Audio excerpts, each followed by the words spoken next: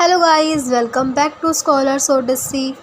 तो आज की इस वीडियो में हम ऑस्कर वाइल्ड का एक famous work the picture of Dorian Gray को डिस्कस करेंगे।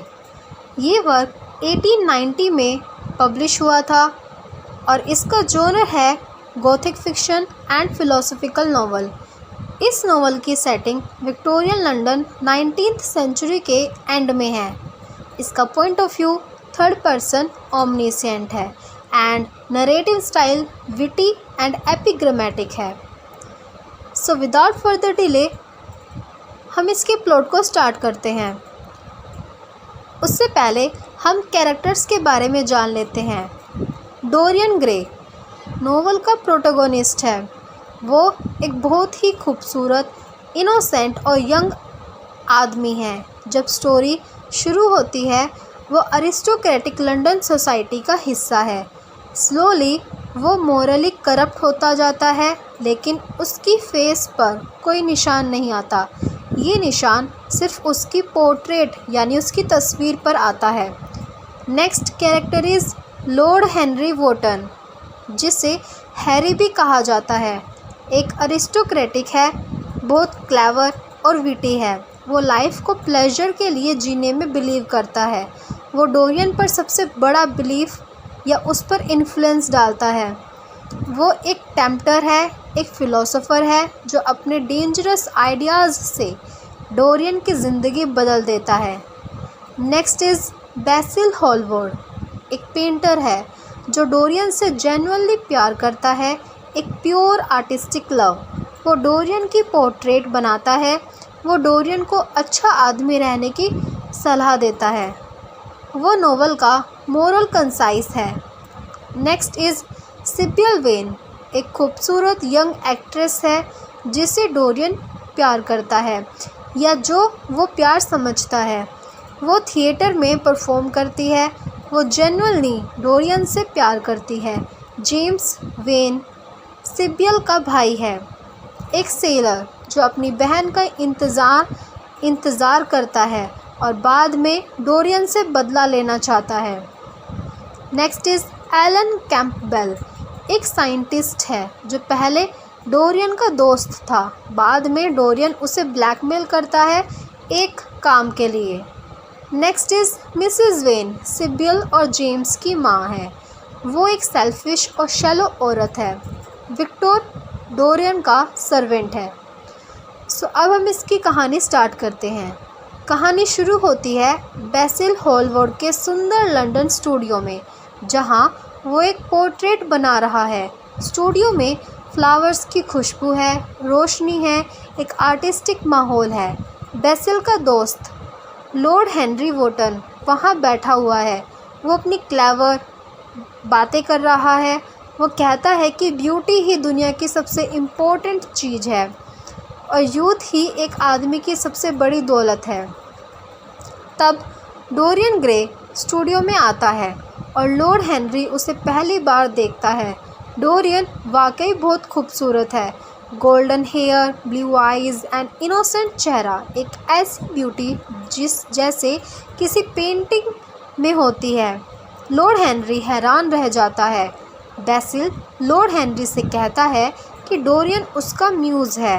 वो उसी की वजह से इतनी अच्छी पेंटिंग बना पाता है और वो लॉर्ड हेनरी को डोरियन से मिलवाना नहीं चाहता था, क्योंकि उसे डर था कि लॉर्ड हेनरी का इन्फ्लुएंस डोरियन पर पड़ गया तो वो बदल जाएगा। लेकिन अब दोनों मिल चुके हैं। लॉर्ड हेनरी डोरियन से बातें करने लगता है और डोरियन इमीडिएटली लॉर्ड हेनरी की बातों से फैसिनेटेड हो जाता है। लॉर्ड हेनरी कहता है, youth is the only thing worth having. When your youth goes your beauty will be go with it. Dorian ये सुनता है और पहली बार उसे अपनी खूबसूरती का एहसास होता है और एक डर जागता है। बेसिल पोर्ट्रेट कंप्लीट कर लेता है।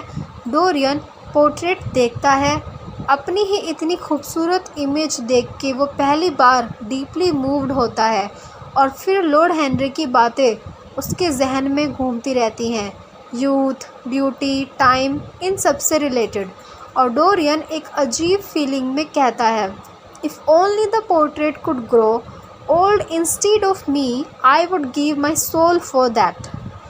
ये वो फोस्टिन बार्गेन का मोमेंट है। डोरियन ने अपनी विश कर दी और वो विश कबूल हो गई।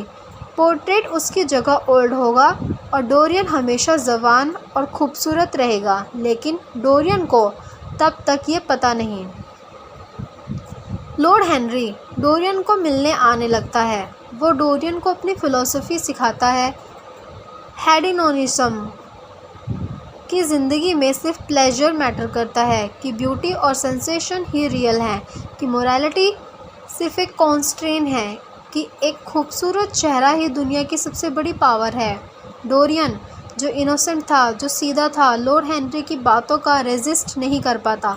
वो कम्प्लीटली इन्फ्लुएंस्ड हो जाता है। बेसिल ये सब देख रहा है। वो अनकंफर्टेबल है और वो जानता है कि लॉर्ड हेनरी डोरियन को ख़राब कर रहा है, लेकिन वो कुछ ज़्यादा कर नहीं पाता। इसी दौरान डोरियन एक रात एक छोटे से ईस्ट एंड थिएटर में जाता है और वहाँ एक यंग एक्ट्रेस को देखता है, सिबिल वेन। सिबिल बहुत टैलेंटेड है और वो शेक्सपियर के कैरेक्टर को ऐसे जीती है जैसे वो वही कैरेक्टर है। डोरियन उसे देख के कम्प्लीटली इन्फैचुएटेड हो जाता है। वो बार बार थिएटर जाने लगता है सिर्फ सिबिल को देखने। वो उसे the girl who plays all the heroines कहता है अपने दिमाग में। वो लॉर्ड हेनरी और बेसिल को बताता है कि वो प्यार में पड़ गया है।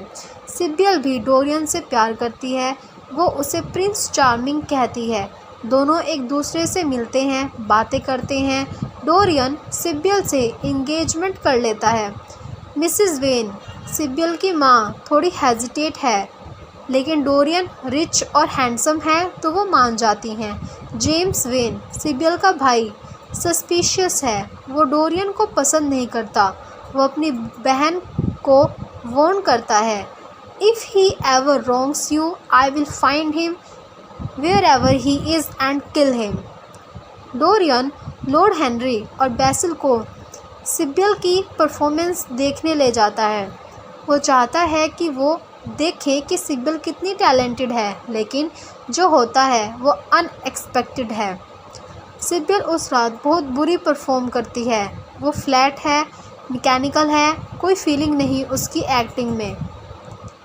ऑडियंस बोर हो जाती है। लॉर्ड हेनरी और बेसिल अनकंफर्टेबल हो जाते हैं। बाद में डोरियन बैक स्टेज सिबिल के पास जाता है। वो गुस्से में है, वो डिसअपॉइंटेड है। सिबिल एक्सप्लेन करती है, before I knew acting was only my reality, you have made me understand what real love is. Now when I go on stage it all feels fake, because real life with you is so much more beautiful. CIBIL कहना चाहती है कि Dorian के प्यार ने उसकी acting की need ख़त्म कर दी। रियल लव ने स्टेज लव को मीनिंगलेस बना दिया।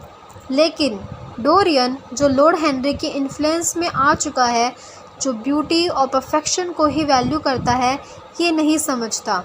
उसे सिर्फ सिबिल की एक्टिंग से प्यार था, उसकी टैलेंट से। और जब टैलेंट गया तो प्यार भी चला गया। वो बहुत क्रूअल बातें कहता है सिबिल को। कहता है कि उसने कुछ नहीं देखा सिबिल में, बस उसकी आर्ट थी, और वो वहाँ से निकल जाता है। घर आकर डोरियन पोर्ट्रेट देखता है और हैरान हो जाता है। पोर्ट्रेट में चेहरे पर एक छोटी सी क्रूअल स्माइल आ गई है, जो पहले नहीं थी। डोरियन समझता है कि कुछ तो हुआ है, पोर्ट्रेट बदल रहा है। वो घबरा जाता है, पछताता है। वो सोचता है कि सिबिल के पास जाके माफ़ी मांगेगा और उससे शादी कर लेगा, लेकिन कल नहीं आता सिबिल के लिए। अगले दिन लॉर्ड हेनरी आता है और डोरियन को बताता है कि सिबिल वेन मर गई। उसने रात को पॉइज़न खाया और अपनी जान दे दी। वो डोरियन के क्रूअल वर्ड्स के बाद जी नहीं सकी। डोरियन एक पल के लिए टूटता है, लेकिन लॉर्ड हेनरी बहुत स्किलफुली उसे कंफर्ट करता है। उसे कहता है कि ये तो एक ट्रेजेडी नहीं, ये तो एक ब्यूटीफुल स्टोरी है। She died for love of you Dorian, it's like a scene from a Greek tragedy. Lord Henry Dorian के दर्द को रोमांटिसाइज कर देता है। और डोरियन इन्फ्लुएंस्ड मैनिपुलेटेड धीरे धीरे अपना गिल्ट भूलने लगता है।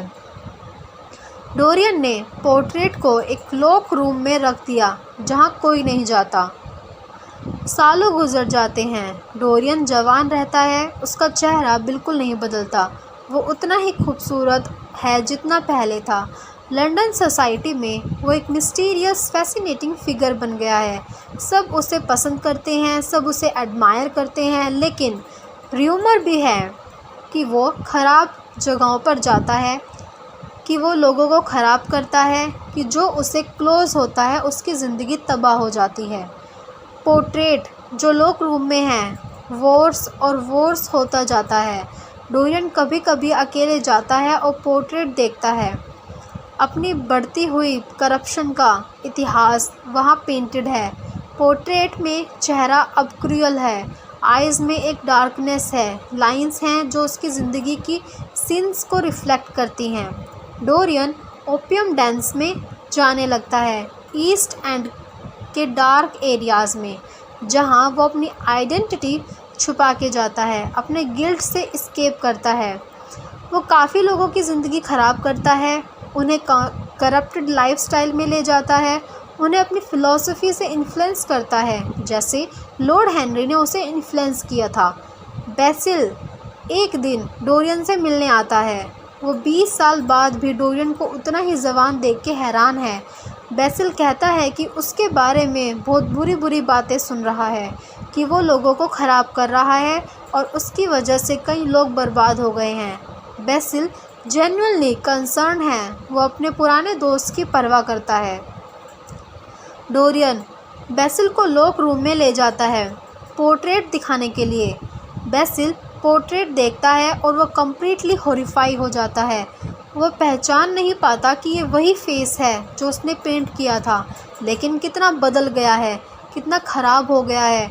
वो समझता है कि ये सुपरनैचुरल है, कि ये डोरियन की सोल का रिफ्लेक्शन है। बेसिल डोरियन से कहता है, pray Dorian pray, it is never too late, let us kneel together and pray. वो डोरियन को रिफॉर्म करना चाहता है। वो कहता है कि अब भी कुछ किया जा सकता है, अब भी वो ठीक हो सकता है, लेकिन डोरियन के अंदर कुछ बहुत डार्क है। वो बेसिल की बातें सुनने की जगह एक नाइफ़ उठाता है और बेसिल को मार देता है। ये एक सडन ऑलमोस्ट इनएक्सिकेबल एक्शन है, जैसे वो अपने लास्ट कनेक्शन की गुड की तरफ काट देता है। बेसिल जो डोरियन का सबसे अच्छा दोस्त था, जो उसे जेन्युइनली प्यार करता था, जो उसकी केयर करता था, जो नोवेल का मोरल कैरेक्टर था, वो मर गया। डोरियन बहुत काम हो जाता है मर्डर के बाद, कि उसकी मोरल डेडनेस का प्रूफ है।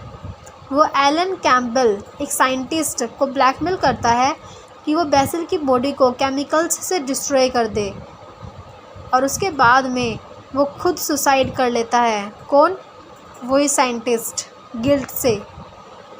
डोरियन की ज़िंदगी कंटिन्यू होती है। वो सोसाइटी में जाता है, पार्टीज़ में अटेंड करता है, जवान दिखता है, लेकिन अंदर से वो टूट रहा है। पोर्ट्रेट और भी भयानक होता गया। उसमें खून के धब्बे हैं हाथों पर, बेसिल की मौत के निशान। जेम्स वेन, सिबिल का भाई जो सेलर था, सालों बाद लंदन वापस आता है। वो डोरियन को ढूंढता है, अपनी बहन की मौत का बदला लेना चाहता है। एक बार वो डोरियन को पकड़ लेता है, लेकिन डोरियन उसे कन्विंस कर लेता है कि वो डोरियन नहीं हो सकता। ये आर्ग्यूमेंट देता है कि जब सिबिल मरी थी तब से इतने साल गुजर गए, अगर वो वही आदमी होता तो इस उम्र का दिखता। जेम्स कंफ्यूज हो जाता है और छोड़ देता है, क्योंकि डोरियन जवान ही दिखता है।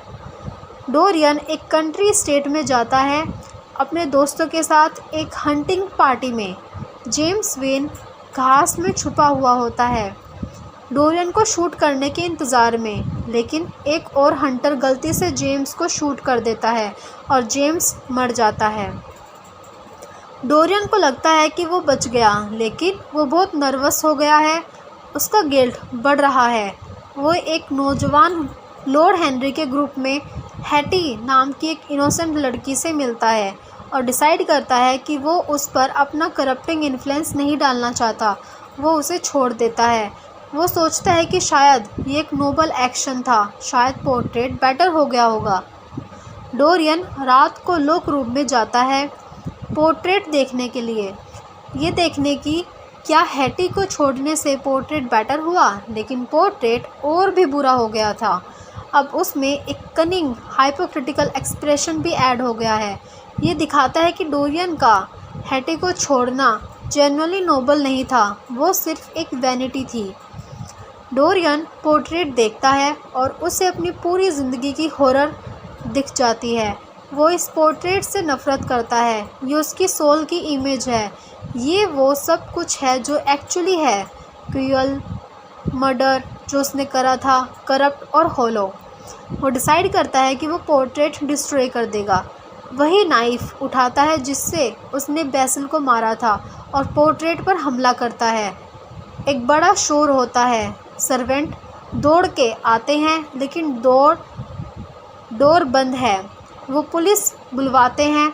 जब दरवाज़ा खुलता है तो वो देखते हैं वॉल पर पोर्ट्रेट है जिसमें डोरियन यंग और ब्यूटीफुल है जैसे पहले था, और 4th फ्लोर पर एक बूढ़ा अगली आदमी की लाश पड़ी है। चेहरे पर बहुत क्रूअल एक्सप्रेशन है, हाथ में नाइफ है। सर्वेंट बहुत मुश्किल से पहचान पाता है कि ये डोरियन ग्रे ही है। रिंग्स की वजह से उसने हाथ में रिंग पहनी हुई थी। जो पोर्ट्रेट पर था वो सब फिज़िकली बॉडी पर आ गया। डोरियन ने अपनी सोल को डिस्ट्रॉय करने की कोशिश की थी और उसने खुद को ही डिस्ट्रॉय कर दिया। और यहाँ पर हमारी ये नोवेल एंड होती है। इस नोवेल के थीम्स हैं ब्यूटी और यूथ का obsession, moral corruption, concise influence का खतरा, आर्ट और life, duality of human nature, Victorian hypocrisy, vanity और नार्सिसिज्म, रिडेम्पशन का चांस। सो आई होप आपको ये नोवेल अच्छे से समझ में आई होगी। If you like this video, subscribe, like and share with your friends. Soon we will meet in the next video.